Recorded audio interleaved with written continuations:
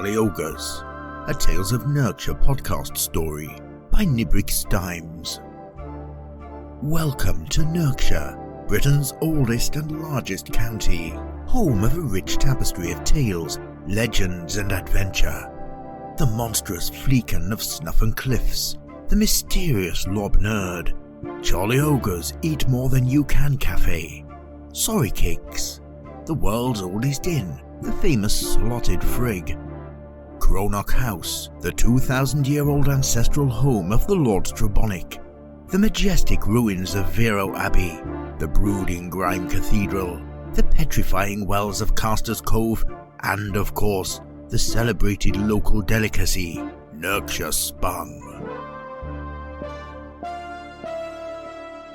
Walking south from the turnstiles of the grotesque menagerie, down Intestinal Street, and passing the 6 narrow shambolic snicks, Umble, Pygmus, Agnes, Clucken, Tuthers and Cow, you will eventually arrive at a crossroads.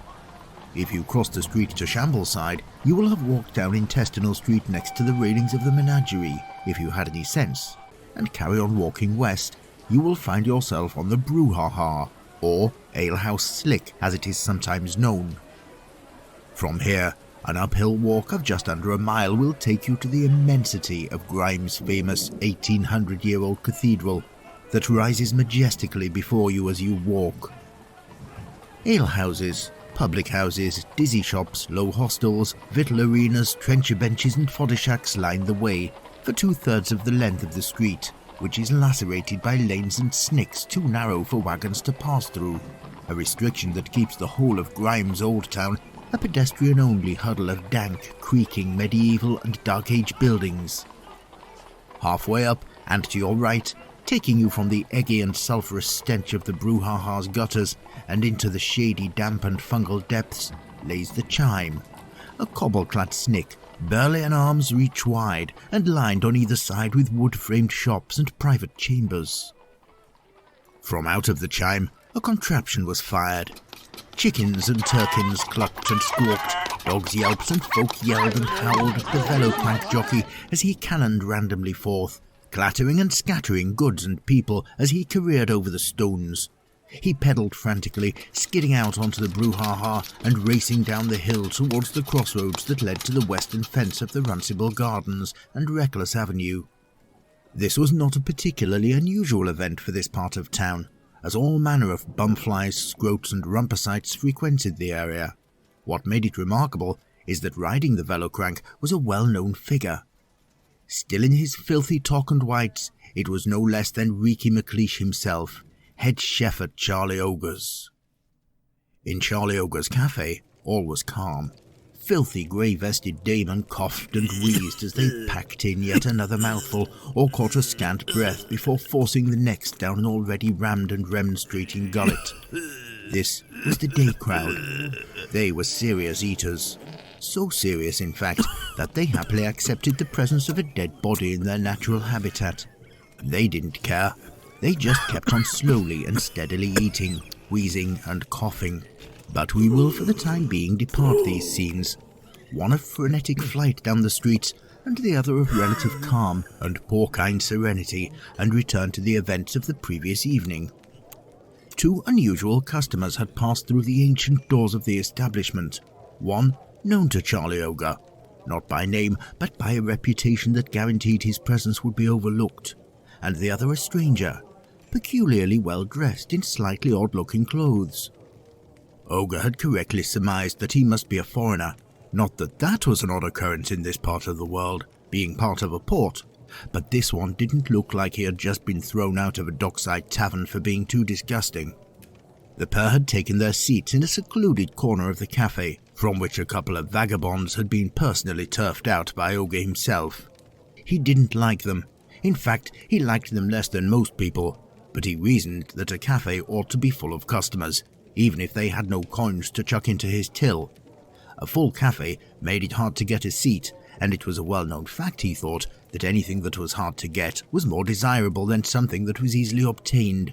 Bums on seats made those seats sought after, and after all, when paying customers arrived, bums could easily be thrown out. Time passed, and the evening crowd huddled and drank and murmured their way through yet another conspiratorial evening. That is, until the foreign gentleman, to the surprise of everyone, not least his companion, stood up at his table, raised his glass, and loudly bellowed in a thick, quite possibly Russchick accent. "I have tell you all, never have I tasted such delectable meal. Both the taste and the texture of pure excellence. Your chef, he must be incredible, his culinary skills so consummate. I salute exemplary talents of this man with awesome vintage that you serve me with. May his remarkable talents nevermore be extinguished." Of course, that is what he heard himself say.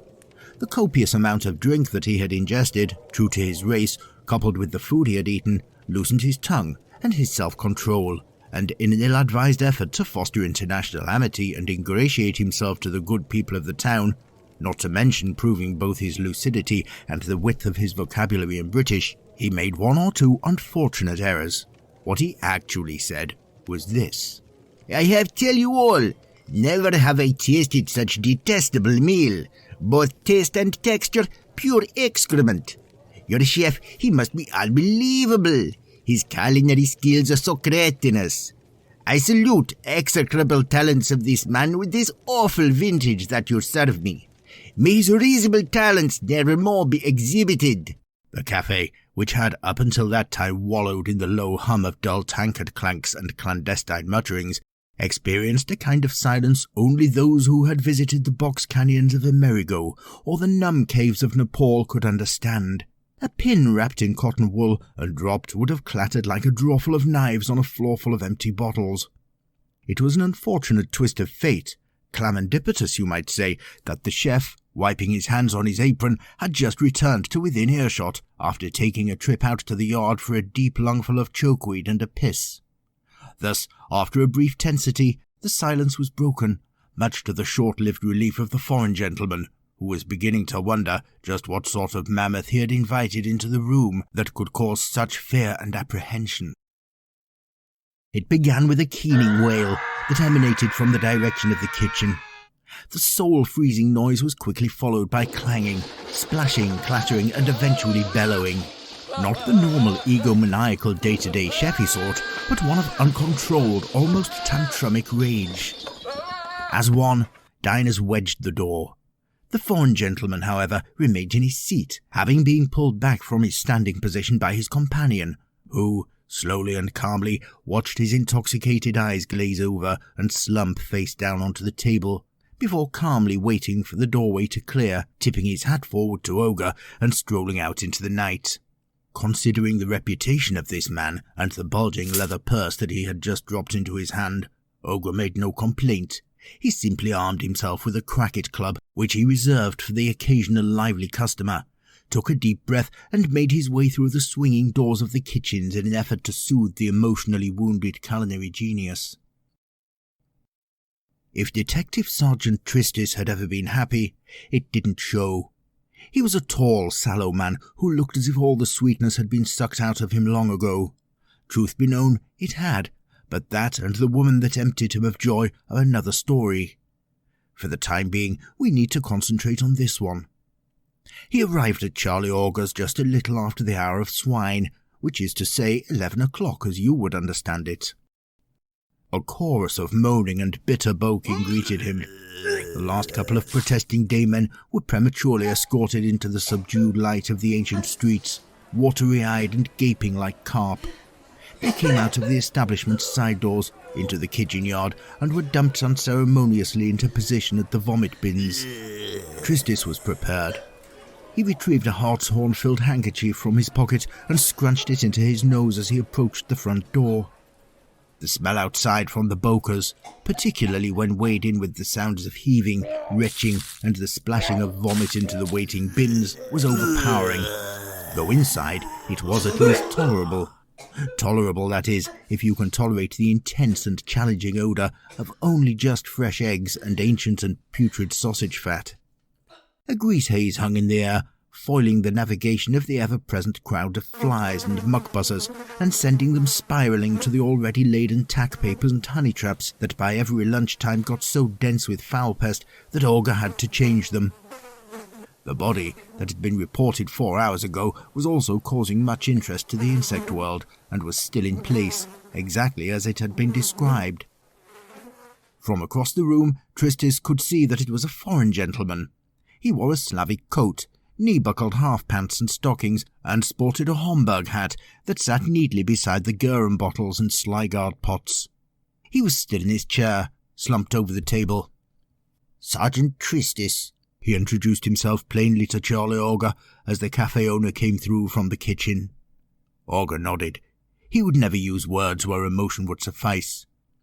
He stood by as Tristis made a cursory inspection of the deceased, poking him vaguely with his cane of office and motioning to the 2 constables to remove the corpse. "Poisoned," he said simply to Ågre. "Rush booms," Ågre affirmed. The conclusion was irrefutable. The fetid stench of Mentula vesicarum was obvious in the tacky, half-dried, pea-pocked vomit from which Tristis's constables peeled up the stiffened corpse. It was the single most poisonous form of life on the planet. Mentula vesicarum, or festering dick as it was popularly known, was lethal. Just one sand-sized particle was more than enough to kill within minutes. However, it was also by far the most delicious of rush moons, with a flavour something akin to smoked bacon with hints of fried bread and ketchup, and if prepared correctly, was perfectly safe to eat. In some people, it even produced mild euphoria. Ricky McLeish was one of the few known people who could consistently perform this tricky miracle, and, being Slavic in origin, Arvid Rakunsky, chief secretary to the Russchick ambassador to Britain, simply could not resist either the risk or the taste. So, when his companion had suggested this venue for their evening meal, he jumped at the chance to partake of one of the world's most famous and rarest culinary delights. "McLeish," said Tristis, turning to Ågre. Tristis had never had a particularly strong constitution, and just the very sight of the man churned the porridge in his stomach. "Fred," replied Ågre, somewhat unhelpfully. Charlie Ågre was a man of just above medium height, somewhere between 40 and 60 years of age. It was nearly impossible to tell. His balding pate topped a florid and pustular face. His thick lips drooled and his puffy eyes strained beneath his little round bull's-eye glasses. "I see," said Tristis. "When did you last see him?" "Last night," slurred Ågre. "He looked up as usual." "I found him," he said, gesturing at the deceased, "when I woke up first thing to get the eggs and bread on for the early Damon. I was hoping you'd get here a bit sooner, mind you. Damon didn't care, so I just left him. Reeky's Velocrank's gone too." "Very well," said Tristis. "What do you know of the deceased?" "Naught," said Ågre. "Came in last night with a companion. Don't know anything more about 'em. Never seen 'em before. Furnby looks on 'em." Tristis smiled a wan, humourless smile. Ågre was probably lying about that. Oh, not about the dearly departed, but about his companion. As for McLeish, Tristis didn't take for granted that what he had been told was actually true. Ricky McLeish was one of the few people anywhere who could prepare mentula, and made Ågre literally hundreds of tanners a month, as more often than not did his diners, especially those that required a set of suitably deaf ears to eat or talk amongst, though he was right about the furn. "I will be leaving a guard, Ågre, while I conduct my investigations," he said. "Constable Nork here will have access to anywhere in this property on pain of confiscation." He gestured in the direction of the 2 constables, who had just returned after loading the body onto the handcart they had been obliged to bring down the narrow lane.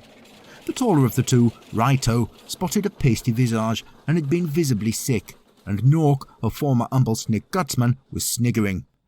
"I hope you used the facilities," said Tristis dryly. "All tighten," replied Nork, still sniggering and in his usual thick Cockneyshire accent. "He had to use the gutter. Was a crowd too. Clapped and all when he'd done." Ågre stiffened. There was little he could do about that, like it or not. Should he impede the law's minions, he would be incarcerated and his property confiscated. He just hoped, though mostly it must be said from his own sense of shame, that they didn't see fit to probe too efficiently into his private room. To be continued.